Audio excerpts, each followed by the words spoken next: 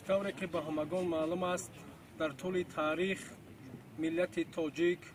با ابرمردان خیش یعنی ناموران خیش همه وقت دلاور بود. امروز نسل جوان تاجیکستان به مثل اجدادان خیش به مثل مقنع به مثل شیرک در حفظ و بوم مرز وطن آمادند. چطوری که از رسانه های خبری به ما و شما معلوم است امروزها ماجراهای بین سرحدی بین دولت تاجیکستان و قرقیزستان ادامه دارد و جانب قرقیزستان عهدشکنانه نوابسته از گفتگوزارها و سازشها عهدشکنانه به سوی تاجیکستان حمله کرده ایستاده است و قابل ذکر خاص است که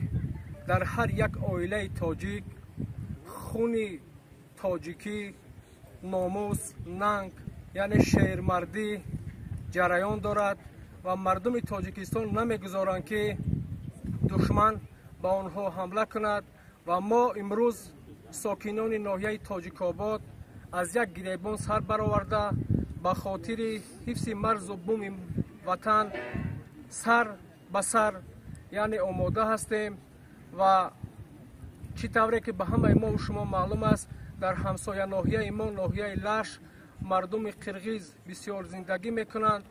و بسیار مناسبت های خیشتباری برادری بین مردم قرقیز و تاجیکستان تاجیک‌آباد تاجیکستان هست بود. نوابسته از این امروز مردم قرقیزستان با این نگاه نکرده انا عهدشکنانه یعنی ماجراجویی کرده ایستادند و گفتن به مورد است که یعنی در طول تاریخ کدام دولت و ملتی که ماجراجویی میکند یعنی شکست میخورد و گفتنی هستیم که مردم باننگ و ناموس ناحیه تاجیک‌آباد نیز در پرتو سیاست سازنده و